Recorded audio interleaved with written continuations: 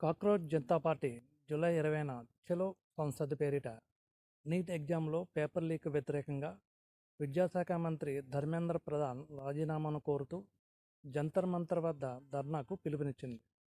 ఈ పిలుపునకు స్పందించి చాలామంది ఫాలోవర్స్, ఇక్కడ ఫాలోవర్ అనే మాట ఎందుకు అంటున్నానంటే, టీజేపీ అనేది రాజకీయ పార్టీ కాదు, సోషల్ మీడియా పార్టీ. ఈ పిలుపునకు స్పందించి భారీ సంఖ్యలో యువతీ యువకులు జంతర్ మంతర్ వద్దకు చేరుకున్నారు. ఇంతమందిని చూశాక ఒక సందేహం రాకమానదు. అదేమిటంటే, అసలు వీళ్ళంతా నిజంగా స్టూడెంట్సేనా? నీట్ ఎగ్జామ్కి వీళ్ళకి ఏమిటి సంబంధం అని. అసలు ధర్నా చేయాలి అంటే నీట్ ఎగ్జామ్ పేపర్ లీక్ వలన నష్టపోయిన విద్యార్థులు లేదా వాళ్ళ తల్లిదండ్రులు చేయాలి. మరి వాళ్ళంతా ఎక్కడ? వాళ్ళంతా ఎందుకు మాట్లాడడం లేదు? టీజేపీ వ్యవస్థాపకుడు ఒకప్పుడు ఆమ్ ఆద్మీ పార్టీకి సోషల్ మీడియా విభాగంలో కంటెంట్ క్రియేటర్గా పనిచేశాడు. మరి అతనిలో నిజాయితీ అంతా? అతనిది ఒక రాజకీయ పార్టీతో అనుబంధం ఉన్నప్పుడు నిజంగానే అతను స్టూడెంట్స్ కోసం పనిచేస్తున్నాడా, లేక అవకాశం దొరికింది కదా అని ప్రభుత్వాన్ని ఇబ్బంది పెట్టాలని అనుకుంటున్నాడా? గత 12 సంవత్సరాలుగా నరేంద్ర మోడీని ఇరకటంలో పెట్టడానికి విపక్షాలకు సరైన అవకాశం దొరకడం లేదు.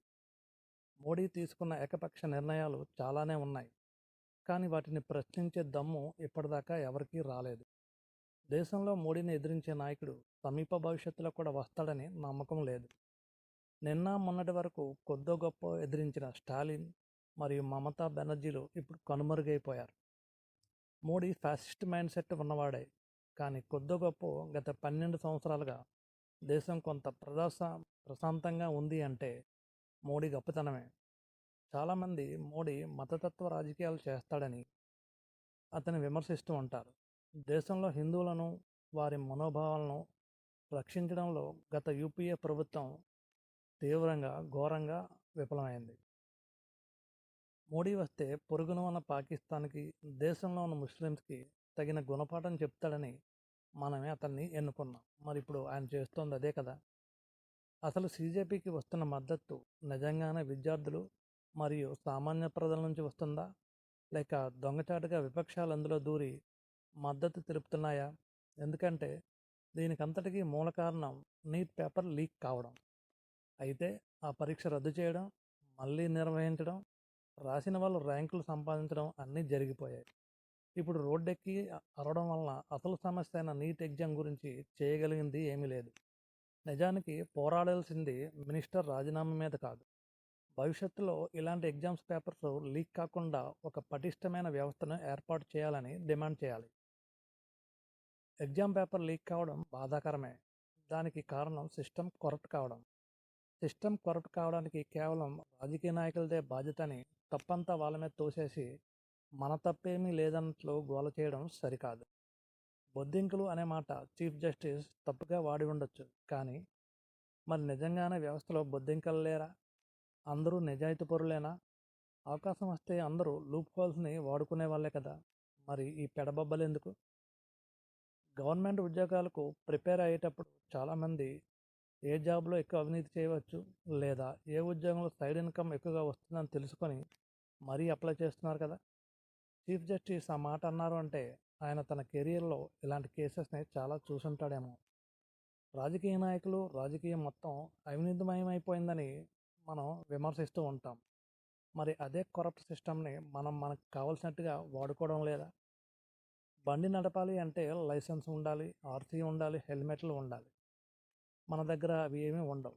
ఆ ట్రాఫిక్ వాడు పట్టుకుంటే వాడికి 100, 10 ఇచ్చేసి వచ్చేస్తాం. వాడు అవినీతి చేయడానికి మనమే కారణం. మనం రూల్స్ని అన్నీ కరెక్ట్గా ఫాలో చేస్తే వాడు అవినీతి చేయడానికి అవకాశం ఉండదు. ఓ 100 ఇస్తే వాడే వదిలేస్తాడనే స్థాయికి సిస్టమ్ని మనమే తీసుకొచ్చాం. ఇప్పుడు ధర్నా చేస్తున్న వాళ్ళలో సగం మంది రేపు ఉద్యోగాలు వస్తే జాయిన్ అయిన వెంటనే బల్ల కింద చేయి చాపరని గ్యారంటీ ఏమిటి? ఇప్పుడు మీరు అనవచ్చు, మరి సిస్టమ్ని ప్రక్షాళన చేయవలసిన బాధ్యత నాయకులకు లేదా అని. నేను చెప్పేది కూడా అదే. మనం మార్చాల్సింది సిస్టమ్ని, ఎగ్జామ్ కండక్ట్ చేస్తున్న విధానాన్ని. డబ్బులిచ్చి పేపర్ కొనుక్కునేవాడు ఉన్నంత వరకు దాన్ని నమ్మేవాడు ఉంటాడు. వ్యవస్థని ఎవరికి నచ్చినట్టుగా వాడు వాడుకుంటున్నాడు. అది బీజేపీ అయినా, లేక రేపు అధికారంలోకి వస్తే సీజేపీ పార్టీ అయినా సరే ఇదే కదా రిపీట్ అవుతుంది. ఇక్కడ మార్చాల్సిందే మినిస్టర్ని కాదు, సిస్టమ్ని పగడబందిగా తీర్చిదిద్దాలి. ఇప్పుడు మినిస్టర్ రాజీనామా చేస్తాడు, తర్వాత ఏం జరుగుతుంది? ఎవడింటికి వాడు వెళ్ళిపోయి మళ్ళీ సోషల్ మీడియాలో రీల్స్ మీమ్స్ చేసుకొని ఫాలోవర్స్ని పెంచుకోవడంలో బిజీ అయిపోతారు. కాక్రోచ్ జనతా పార్టీకి ఉన్న 2 కోట్ల మంది ఫాలోవర్స్ అందరూ నిజంగానే దేశం పట్ల చాలా సీరియస్గా ఉన్న వాళ్ళైనా, లేక మనం కూడా ఒక ఫాలో కొడితే వాళ్ళకున్న ఫాలోవర్స్లో మనకి కొంతమంది వస్తారనా? ఫ్యాషన్తో కాకుండా ఫ్యాషన్ కోసం ఉద్యమాలు చేస్తే అవి తాత్కాలికంగా విజయవంతం అవుతాయేమో కానీ దీర్ఘకాలంలో వాటి ప్రభావం ఉండదు. 10 మంది కలిసి ఒకరిని కొడుతుంటే 11వ వాడు వచ్చి వాడు కూడా ఒక చెయ్యేసి పోతాడు.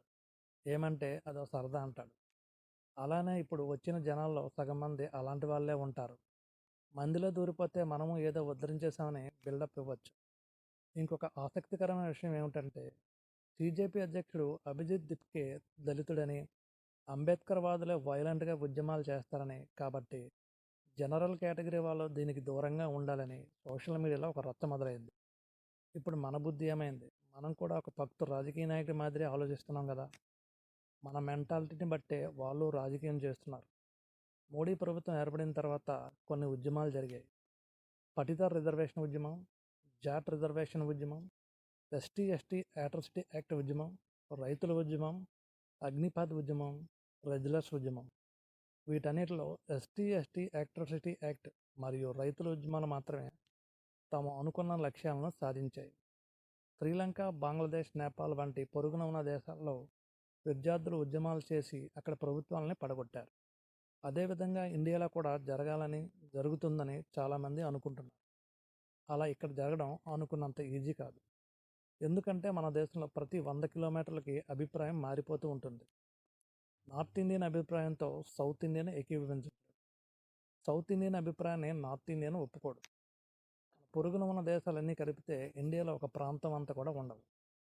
తక్కువ జనాభా ఉన్న చోట ప్రజలను వేగంగా పూర్తిగా ప్రభావితం చేయవచ్చు, అందరినీ కన్విన్స్ చేయవచ్చు. కానీ ఇండియా లాంటి పెద్ద దేశాల్లో అది అంత తేలికైన విషయం కాదు. ఎందుకంటే మనం కులం, మతం, ప్రాంతాల వారీగా విభిన్న సంస్కృతులు, అభిప్రాయాలను కలిగి ఉన్నాం. శ్రీలంకలో మెజారిటీ సింహళీయులదే, బంగ్లాదేశ్లో మెజారిటీ ముస్లింలదే, నేపాల్లో మెజారిటీ హిందువులదే. కానీ ఇండియా పరిస్థితి దీనికి పూర్తిగా భిన్నం. అసలు ఈ జంజడ్లోనే నరేంద్ర మోడీకి వీరాభిమానులు ఉన్నారు, రాహుల్ గాంధీకి కూడా అభిమానులు ఉన్నారు. ఇప్పుడు మినిస్టర్గా ఉన్న ధర్మేంద్ర ప్రధాన్ 30 సంవత్సరాల క్రితం అచ్చంగా ఇలానే పేపర్ లీకేజీకి వ్యతిరేకంగా ఉద్యమం చేసినవాడే. ఒక 15 సంవత్సరాల క్రితం అవినీతికి వ్యతిరేకంగా ఉద్యమం చేసిన అరవింద్ కేజ్రీవాల్ తానే అవినీతి కేసులో ఇరుక్కొని జైలుకి వెళ్ళలేదా? భూమి గుండ్రంగా ఉంటుందనడానికి ఇవే ఉదాహరణలు. రేపు ఈ అభిజిత్కి అయినా మరొకడైనా సేమ్ స్టోరీ రిపీట్ అవుతుంది.